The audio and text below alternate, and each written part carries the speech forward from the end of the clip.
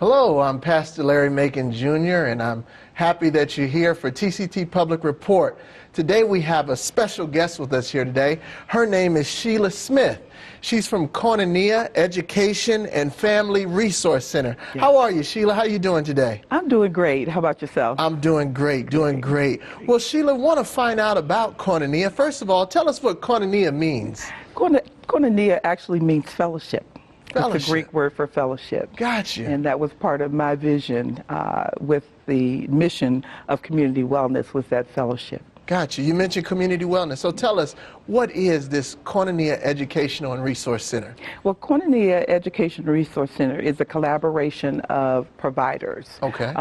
People that I've known through the years in employment that have their specialties in community wellness, okay, such as social workers, okay, teachers, people of that, and lay counselors too, okay, that are involved with our church. Gotcha. So you would say it's a holistic organization to help people in a lot of different areas in their life. Yes. Gotcha. Some of those things that I've identified through my path, with working with children and families and looking at those best practices that really help families be well. Wow. Because our communities are only going to be as well as our families. That's right. That's yes. right.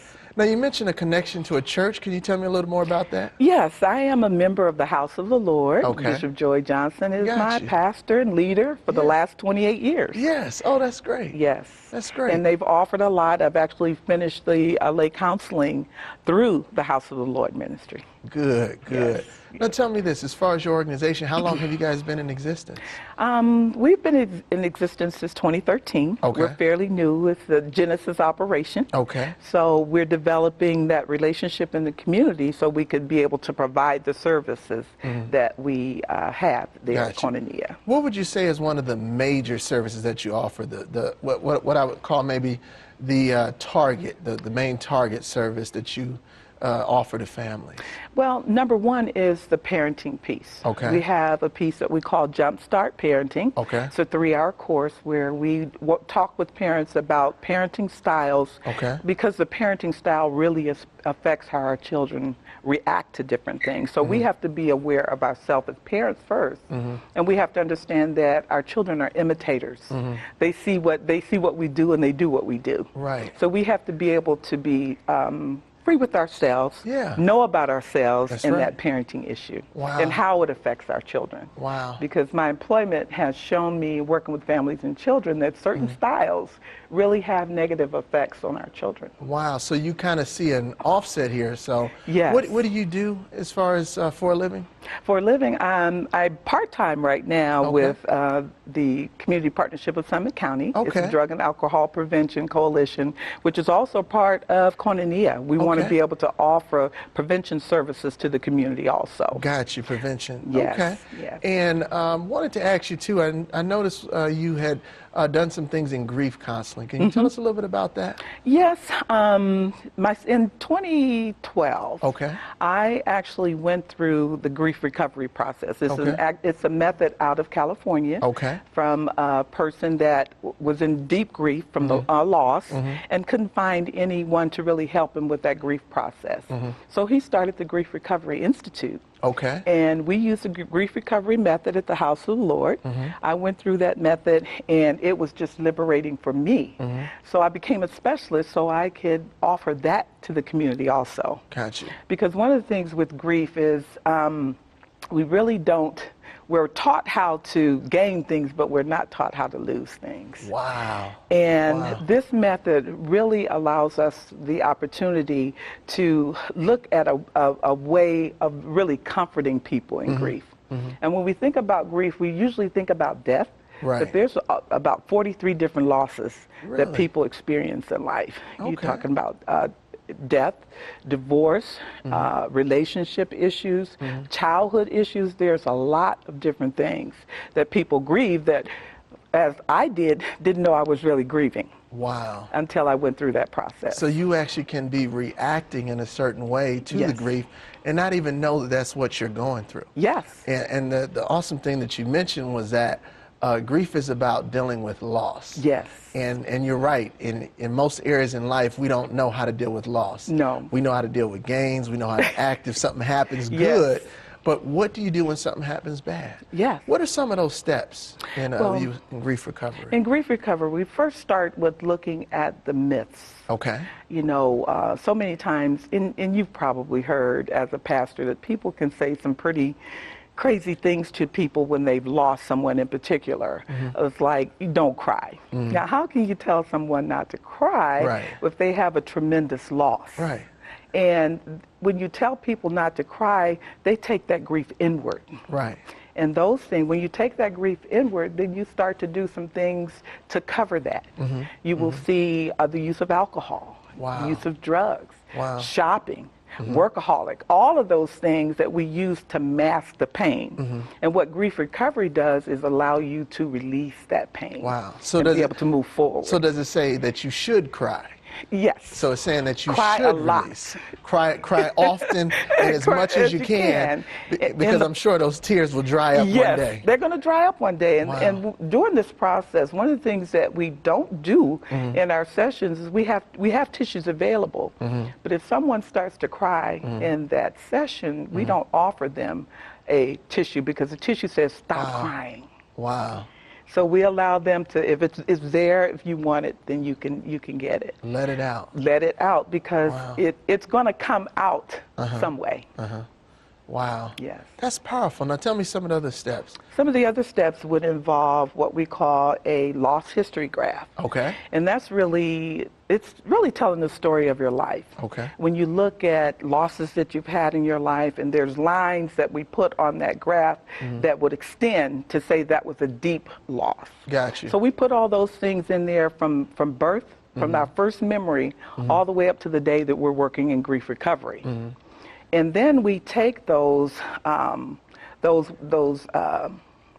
things on that graph, and then we do a relationship graph. So we take a person or a thing or some event that happened, and we're going to put positives at the top and negatives at the bottom. Wow. Because in any relationship, there's nothing that's all positive, and there's nothing that's all negative. In the worst situations, there's something positive. Okay. And then we take those and we write a letter. Okay.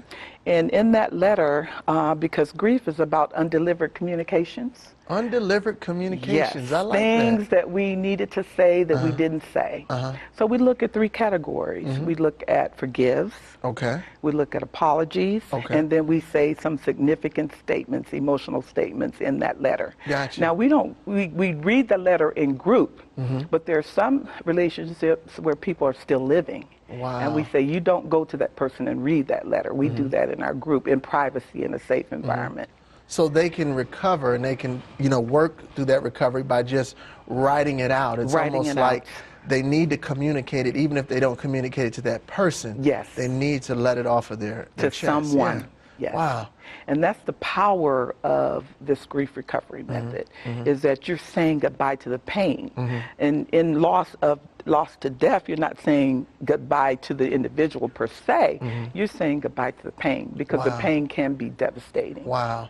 And the great thing is that the Lord can take away your pain too. Yes. And so I'm sure there's a lot of prayer that needs to be involved in this recovery program too. Yes. Although it wasn't written as a religious base. Right. But the Word of God is everywhere. Right. The Word of God works in any arena. So He is. Wow. So it's awesome. Now give me another step. I mean, you got me real interested in these grief recovery steps. Give me another one. After you write that letter, because when you do the loss history graph, there's a series of losses. So you're going to continue to write those letters. Okay. And to individuals or about events that have been a part of your life. So you're going to keep doing that. And it's a lifelong thing, because we start with your birth, and you can keep adding to that lost history the rest of your life. Wow. And those things that really need to be brought up that are causing you pain that you're not familiar with, you can go through the same process over and over again. So you need to know your lost history is what you're trying to say. Yes. Wow, I never thought about it that way. That's a very important part of this process. Without that, you don't have a process. Wow. So it's a unique method that's being used, and we have specialists all over the United States that specialize in the grief recovery method. Okay. Yes. So there's an entire method. Now give me one more grief recovery. piece? Well, let's see. When we talk about one part about it, when we talk about the myths, that's very important. Because we have been socialized to say certain things. You've gone to funerals and you've heard people say, "Don't cry, replace the loss." And that can be very devastating in situations, because when you're talking about the loss of, say, a child per se, and someone walks up to you and say, "Well, you have other children, or you can have another child." Wow. That's devastating. And you're masking it. You're masking what's really going on. Yes. And people really won't talk. Wow. Because you're shut down by some of the comments that people make to you. Wow. Never thought about it like that. Now tell me this, how long is the program, or how would you say, how long does it take you to get through grief? Well, there's no set time for grief, and it depends on a mother-child relationship. Could be 5 years before you kind of get to a point where you can deal with that. Wow. That's very devastating. I've also worked with families that have lost loved ones to murder, and that's on the level of PTSD. They will never get over that. We just learn how to walk through. Wow. Because it's devastating. You have to get up every morning and say, "I will do this, I will do that." Or you have the tendency to just lay in the bed and hide from that pain. Right. So. Yeah, what do you say to those people that they kind of get caught up in their shell, they can't move, they can't do anything, they can't work, they can't have meaningful relationships? What do you say to a person when they get to that level? That's a serious level of grief. That's really a complicated level of grief. Sometimes we have to refer people out to psychologists and psychiatrists. Sometimes you do have to have medication. And sometimes people don't, you know, especially in the Christian arena, you know, we say God will take care of everything, and he does. But sometimes he also uses doctors too. And sometimes people have to have medication to be able to walk that grief out. But on the other side of it, you have to have someone that you can have confidence in to walk alongside you in that grief. The right people around. The right people, and the people that don't say some of those things that really devastate, and the person won't tell you I'm devastated. They will just walk away and not talk to you again. Wow. Wow, I never thought about it. So you like have to be very, very careful when you talk to people in grief. Got you. And I never thought about this at all. Because you could lead them in the wrong direction. They could get worse. They could get worse. It's a very tender time, and it's a very complicated time, especially when that mother-child, the child loss, and dad loss. You know, it's devastating. So you really have to. My goal is to teach people how to talk to people in grief. Gotcha. You know, and I just learned myself, because I've said some of those same things. Yeah. But the best thing you can do is to listen. Right. Allow them to talk. They might talk and tell that story over and over and over again about their loved one. But it'll help them. It helps them. Right. But some family members, they get tired. And they may not say it, but it's apparent in body language. You know, you keep telling that same story. Move on. That's easier said than done. You have to learn how to lift people up instead of you know, watching them go further and further because sometimes you just have to get up in the morning. And I usually give some people that I work with the prayer of serenity. Wow. Just God grant me. Yes. The strength. Right. Because it is. It's every little step sometimes. It takes a lot of energy. Right. And it's easier to just lay down. But it's good to have someone in your life that you can call and talk to. Right. And someone is not going to judge you. Right. That's the best thing, to have someone you can talk to, somebody that's not going to look down on you, somebody that's not going to judge you. Yes. Now, you mentioned about your organization helping parents. I think that's an awesome thing. I think a lot of the issues that we have with young people, children and youth, have to do with parents. Yes. I know a lot of times individuals have their own, you know, they're born a certain kind of way or whatever else, but, you know, parenting, the influence of adults in the life of a child is just tremendous. Yes. And so what do you feel are some of the challenges that these children are facing where you feel like parenting is just crucial to their survival and to their growth? Yes. Well, if you look at society, you know, and you look at what's happening in our airways. Some of the things that our young people, they have challenges that I never thought about. Yeah. At age 60, some of the stuff these kids are facing, I never thought about. So, and it takes a different style of parenting for our youth today. That's very true. And our young people are very bright. And one of the things, by working with young people for over 10 years, I found that one of their issues was they're not listened to. Nobody listens. Wow, I never thought about it. There's not an ear, you know, and I can understand, because I was a working parent with 4 children, and when I came home from work, I didn't want to have a lot of conversation either. Yeah, it's like true. getting ready for the next day. When you get home, it's like you want to just... Yeah. But I had an epiphany with my own child who said, Mom, you know, I just need to talk. Right. And I'm thinking I'm a good parent. I wash clothes, I cook, I do all those good things. Right. But we need the opportunity to give our kids the opportunity to be able to talk and say what's going on without judgment. And give them, I gave my kids the right to say, well, let's talk. Right. You can say what you need to say to me, but say it respectfully. Gotcha. You know, but they need that opportunity. And Gotcha. then they can feel that love. But if you're an authoritarian kind of parent that you do what I say, you know, you're to be seen and not heard, that takes a child inward too. That's a unique point you made, and that's one thing I think parents need to realize. A lot of times they feel like rearing a child is all about discipline, all about keeping them in a box, keeping them contained, guiding them, but it's also having a relationship with them. It's a relationship, and it's a powerful relationship. Parenting is a God-given power. Right. I mean, he's given that to us to be able to raise up our children, where it says to train up a child in the way he should go, and when he's old, he won't depart from it. Right. But you know, it's a challenge, because what I've seen is a lot of permissive parenting. So that's another style of parenting. That the children are pretty much raising themselves. Give us a definition of permissive parenting. Yeah, well, like these parents are the ones that the child is pretty much left to themselves. Okay. You know, they have the babysitter TV. Okay. The parents are busy. Yes. Some parents, and there's a lot of parents that have issues from their parenting that they've not dealt with. You said a term that's just ringing in my head right now. Yeah. Babysitter TV. If we can talk to any of the parents out here, this babysitter TV thing is something that has plagued us because of the mainstream media, things that we see, you know, all over the place on the screen. This babysitter TV thing needs to stop, and it needs to stop now. We need to turn those televisions off.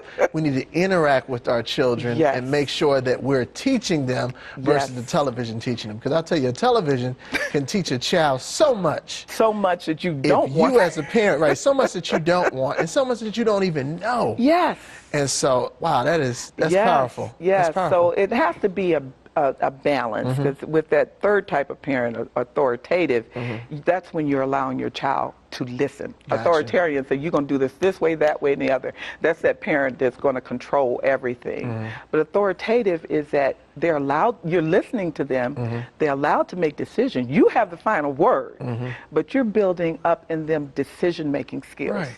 When you allow them. You know, leadership is influence. It's not just you do this, you do that. Right. You know? Because if you're going to tell them everything, so when they come up against a situation in their life, mama's not there, daddy's not there to tell me what to do. Right. But they've allowed me in the process of parenting to be able to make some decisions. And some of those decisions are going to cause you to fall. That's true. Yeah. That's very true. But then, you know, that's when you go to school of hard knocks, as my mom used to say. There you go. And then you get up and you recoup. But those words that we say to our children, they're going to come back. That's very true. They're going to come, whether it's positive or negative. Positive or negative. It's going to come back. Now tell me this. I know you have some success stories.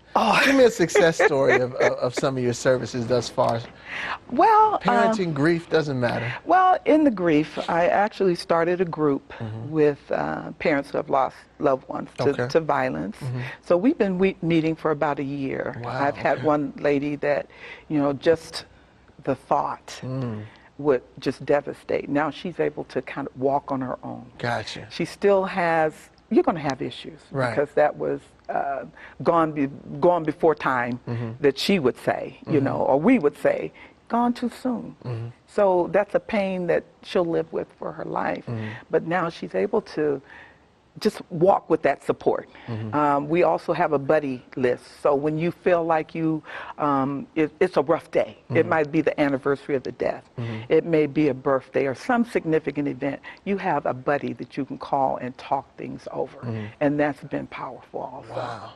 And I know there's got to be some kind of prayer involved in what we're doing. Oh, yeah. Oh, you know? Much prayer.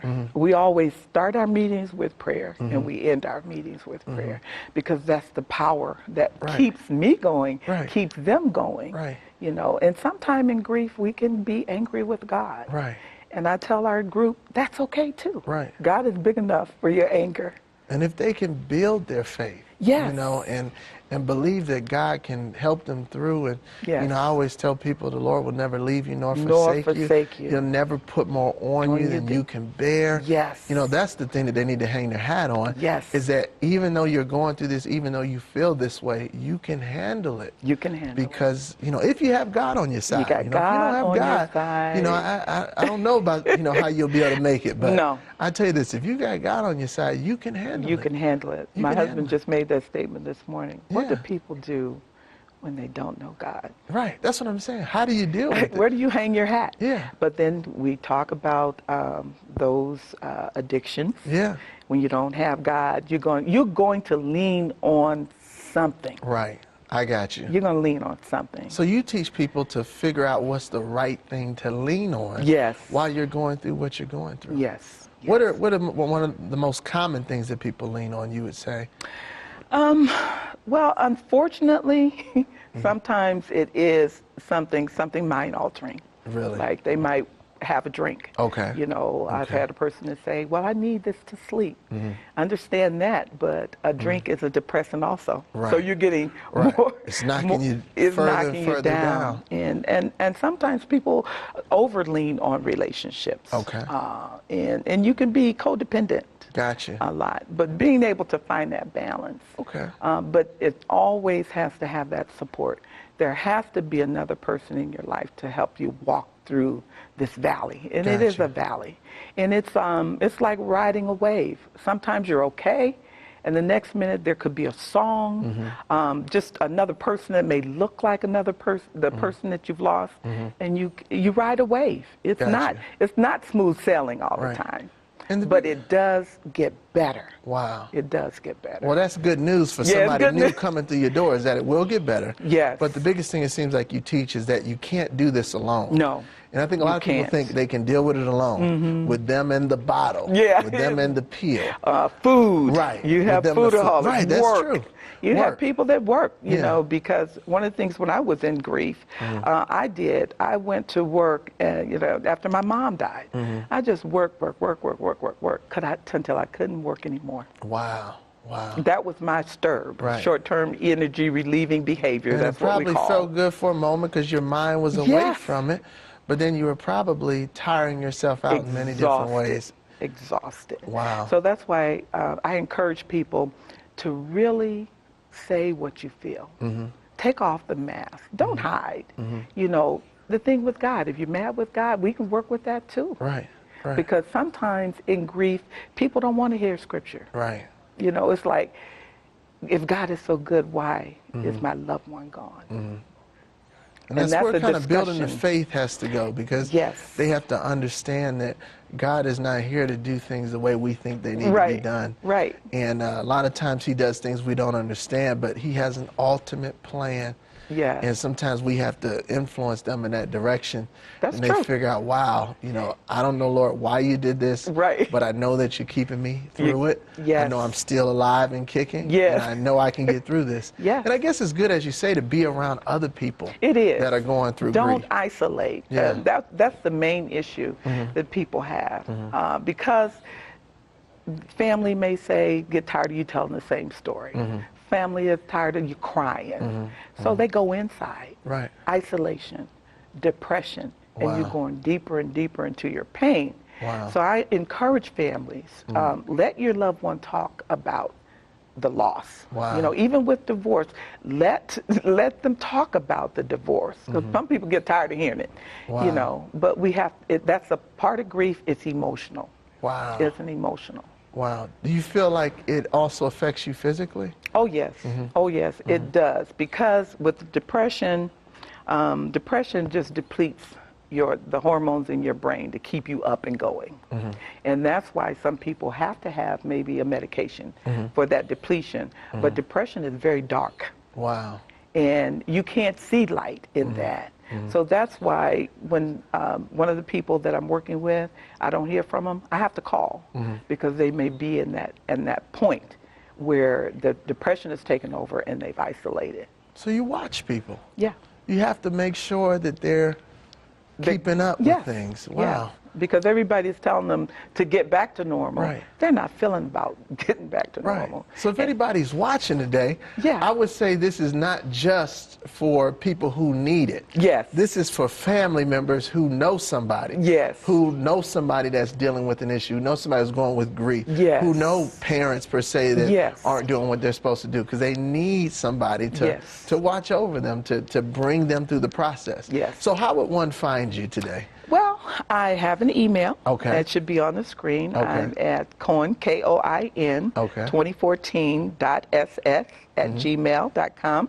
And my phone number is area code 330-524-3881. Okay. And we do everything by appointment. Got you. By appointment. That's good. Yes. So you need to make an appointment with Miss Sheila Smith of Koinonia. Yes. Koinonia Education and Family Resource Center.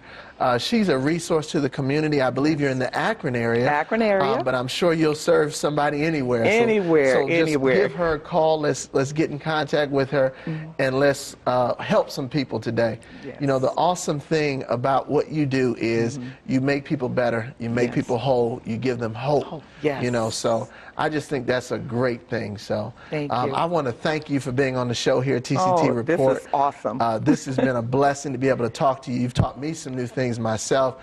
I know I have people at my church and my ministry that could always talk to somebody like you. So I'm definitely would like to keep your number and your contact information because we're going to work with you on that. So thank you. Thank you once again. So I want to thank you again for being here on TCT Report. I'm Pastor Larry Macon Jr. of the Mount Zion Church of Oakwood Village. Thanks again to Garth and Tina Kuntz for the opportunity to host this show. And thank you to Miss Sheila Smith, who's here with me today. And so, bless you. God bless you. And God bless you. Yes.